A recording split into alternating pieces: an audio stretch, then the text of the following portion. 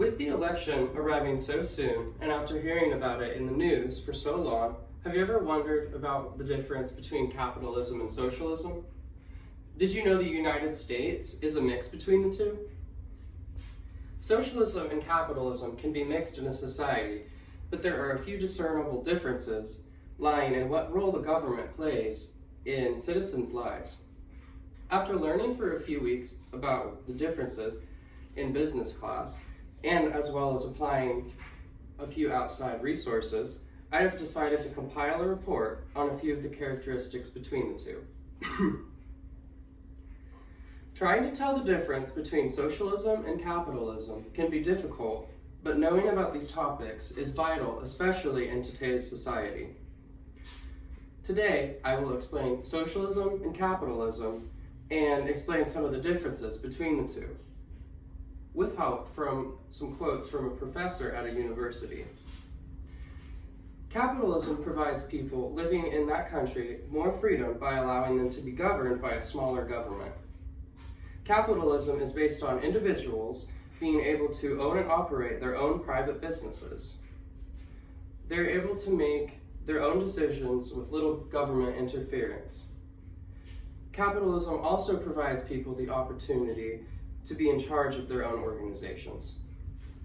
The main characteristics of capitalistic government are that it plays a secondary role in governing its people. Capitalism makes free enterprise possible with little to no government interference and allows people to control production, companies, and other livelihoods. Now that we have discussed capitalism, let's take a look at what socialism is. Socialism provides people living in that country with free healthcare or with extra support from government. Some countries provide its citizens with free healthcare, education, and a few other variety of other programs. Socialism provides its citizens with a government that commands them, but also tries to make sure that everyone has equal opportunities across the board.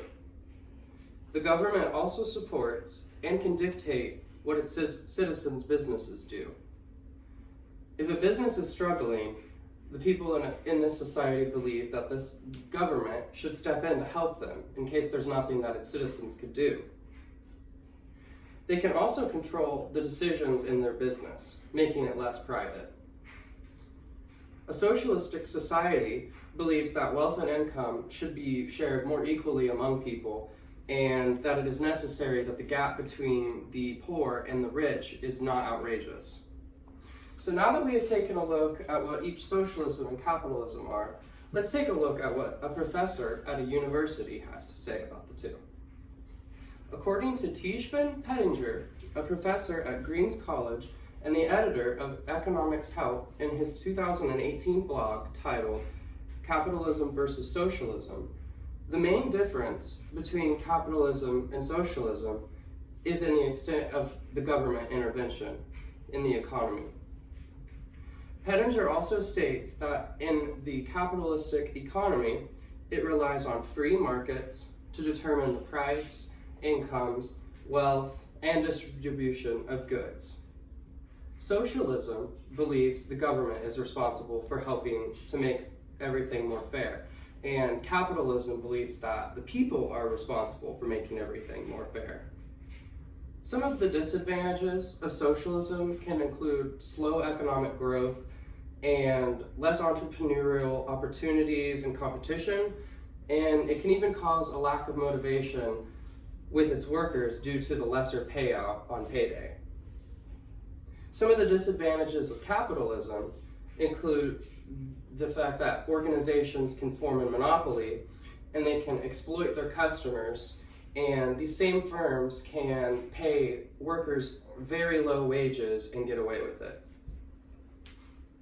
Today, we have learned about capitalism and socialism, and the difference between the two is in the belief on how the government governs its people and what role they play in an individual's life. All in all, the best way to run a government is by being as united as possible and always trying to remain eager to pursue further knowledge and understanding about these various topics. We as people should always try to further educate ourselves on these topics because in our society it is very important to stay progressive. In our world, it is undeniable that some of the biggest superpower countries are capitalists. But socialism, despite its ups and downs, can also function as a government. Thank you. That was good.